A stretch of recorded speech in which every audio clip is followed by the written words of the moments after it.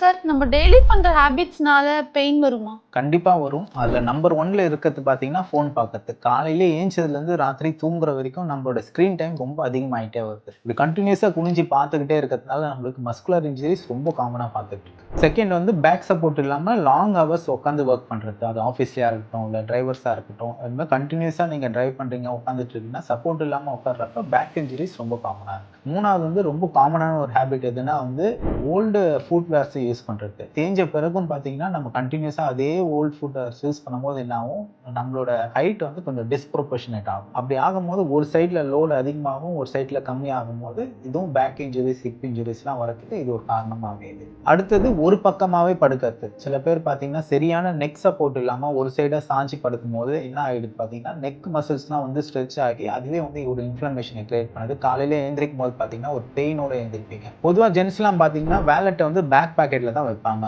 அப்படி வைக்கும்போது என்ன ஆகும்னு பார்த்தீங்கன்னா, உட்காரும்போது அந்த ஹிப் வந்து டில்ட் ஆகும்போது ஒரு சைடுல லோட் அதிகமாகி அதுவே பேக் இன்ஜுரிஸ் வரதுக்கான வாய்ப்புகளை உண்டாக்குது. ஸோ இதெல்லாம் கேட்கும்போது ரொம்ப சில்லியா இருக்கும். சில்லியான விஷயம். இதெல்லாம் என்ன பெருசா நம்ம ப்ராப்ளம் உண்டாக்கணும்னு நினைக்காதீங்க. இந்த சின்ன சின்ன விஷயத்தை அப்படியே நெக்லெக்ட் பண்ணிட்டே இருந்தோம்னா இதுவே ஒரு பெரிய காம்ப்ளிகேஷன்ல வந்து லேண்ட் அப் ஆகிறதுக்கான வாய்ப்புகளை உண்டாக்கி